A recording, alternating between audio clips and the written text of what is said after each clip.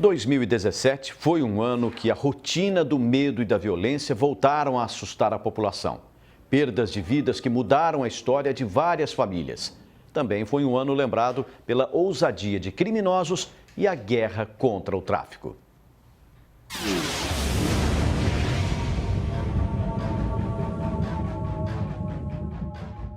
Ó, tem um repórter do lado lá, da TV Bandeirantes.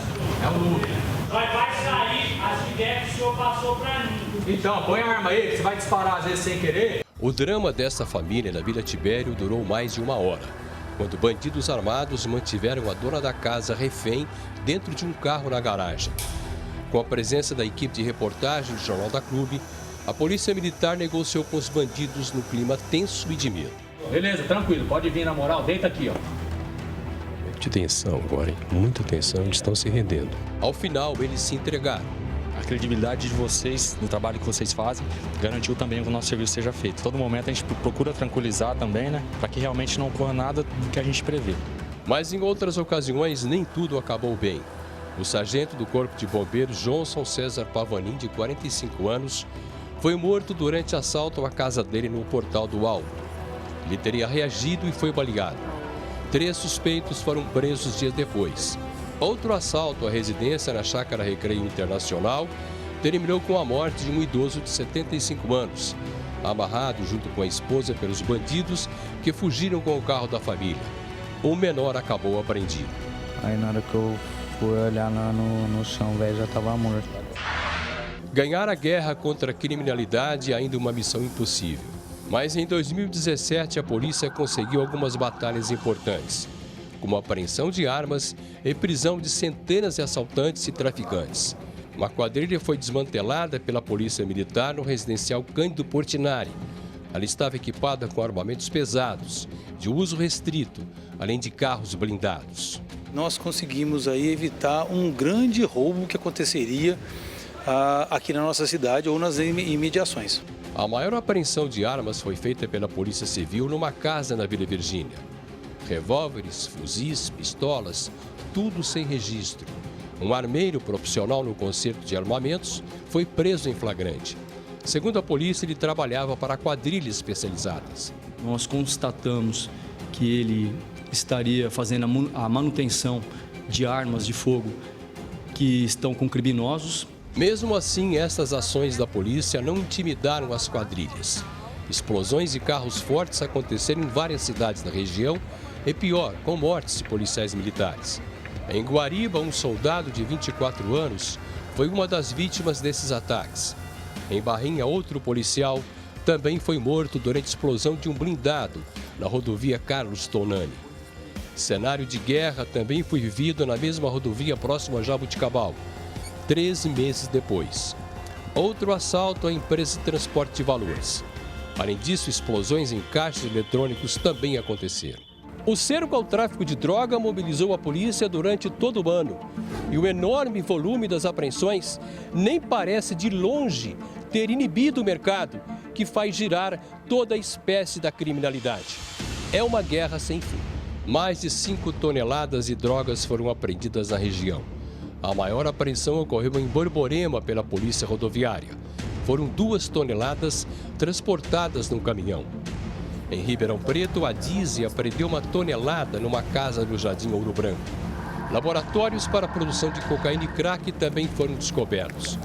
No Ipiranga, a Polícia Civil apreendeu a maior quantidade de drogas sintéticas em Ribeirão Preto, como LSD, êxtase e skunk colombiano, uma nova droga no mercado. O perfil de usuários desse tipo de drogas, tanto sintética quanto a maconha, o skunk, é um perfil mais elitizado.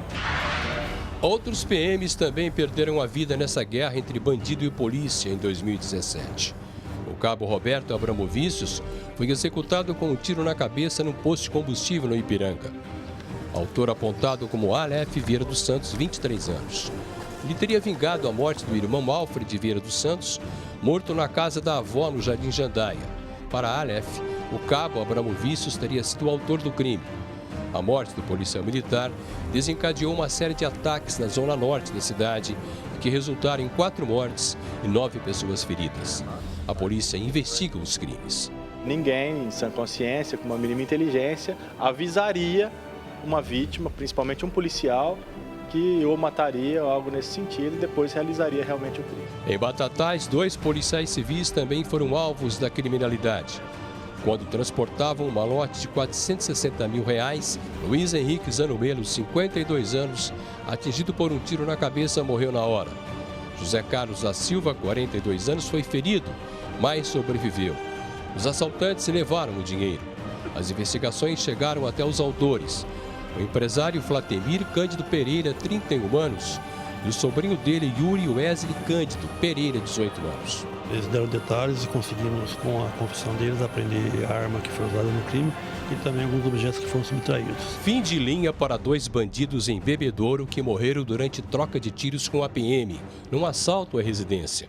Em Ribeirão Preto, o número de homicídios caiu em relação ao ano passado, que foram 52 mortes de caráter violento. Este ano foram registrados pouco mais de 30 assassinatos e 5 latrocínios, não incluindo as mortes nos confrontos de bandidos com a polícia. A violência e o descontrole do ser humano deixaram famílias marcadas para sempre. Em Ribeirão Preto, uma jovem de 25 anos confessou ter assassinado a própria avó de 80 anos por asfixia. O crime aconteceu no bairro Dom Miele e, segundo a polícia, porque a idosa tentou impedir a neta de usar cocaína.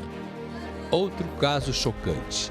No Jardim Paulo Gomes Romeu, Elias Aparecido dos Santos, 36 anos, usuário de droga, matou a esposa e enterrou o corpo no quintal da casa. Violência contra a mulher também aconteceu em Paradópolis. Israel dos Santos, 21 anos, assassinou a mulher Francisca Maria de Souza Silva, 32 anos.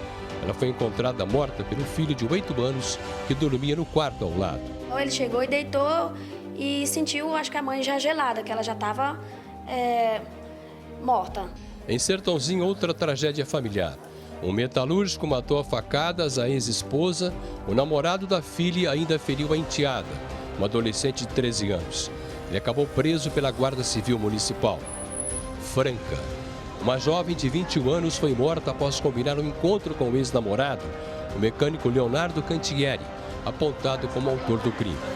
A vítima, por telefone, chegou a comentar com uma amiga a preocupação sobre o encontro marcado com Leonardo. Vou passar lá no Leonardo para ver o que ele quer, amiga. O que ele quer conversar. Tô cabreira com isso daí. 2017 foi marcante em julgamentos que por anos estavam sendo esperados. É o caso da morte da garota de programa Selma Heloísa Artigas da Silva, conhecida como Nicole. Ela foi assassinada em setembro de 1998 pelo empresário Pablo Rússio Rocha. Ele foi condenado a 24 anos de prisão e ficou preso apenas um dia. Entrou com recurso e está em liberdade até outro julgamento. Depois de 10 anos acusado de atropelar o frentista Carlos Alaedes Pereira da Silva, o então estudante de direito Caio Meneghetti Lombardi é condenado a 8 anos de prisão.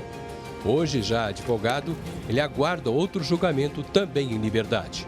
Acusado da morte de 2 jovens em 1996 e participar de um grupo de extermínio, o ex-investigador Ricardo José Guimarães foi condenado a 72 anos de prisão. Em São Paulo, nesse mês, ele recebeu outra condenação de 48 anos. Eu esperava a pena alta, assim, nesse patamar. Outro empresário condenado, Alexandre Titoto, está solto. O usineiro teve uma pena de 25 anos de reclusão pela morte do bancário Carlos Alberto Araújo. Ele recorreu e espera outro julgamento em liberdade. A maior condenação já aplicada em Ribeirão Preto foi a 4 presos de uma facção criminosa pela chacina de 5 detentos na penitenciária de Serra Azul em 2011. Drama sem fim. A morte do menino Joaquim em 2013 continua com os responsáveis sem julgamento pelo crime. Para piorar essa demora, o padrasto Guilherme Longo, que ganhou liberdade provisória, havia fugido para o exterior. Acabou preso na Espanha e ainda não foi mandado de volta para o Brasil. Após um ano em que imagens impressionantes ainda continuam vivas na memória, esse acidente vai também deixar marcas difíceis de serem esquecidas. A imprudência de um motorista ao avançar o sinal vermelho tirou a vida de um rapaz de apenas 33 anos que pilotava a motocicleta. O condutor do carro, Alexandre Ferreira da Costa, está preso e pode responder pelo crime de homicídio doloso. 2017 está terminando, com fatos que marcaram a vida de várias pessoas. Esqueça tudo de ruim que já passou. E que 2018 seja um ano de paz e segurança para toda a nossa macro-região. Luiz Fernando Luff na retrospectiva 2017 para o Jornal da CUT.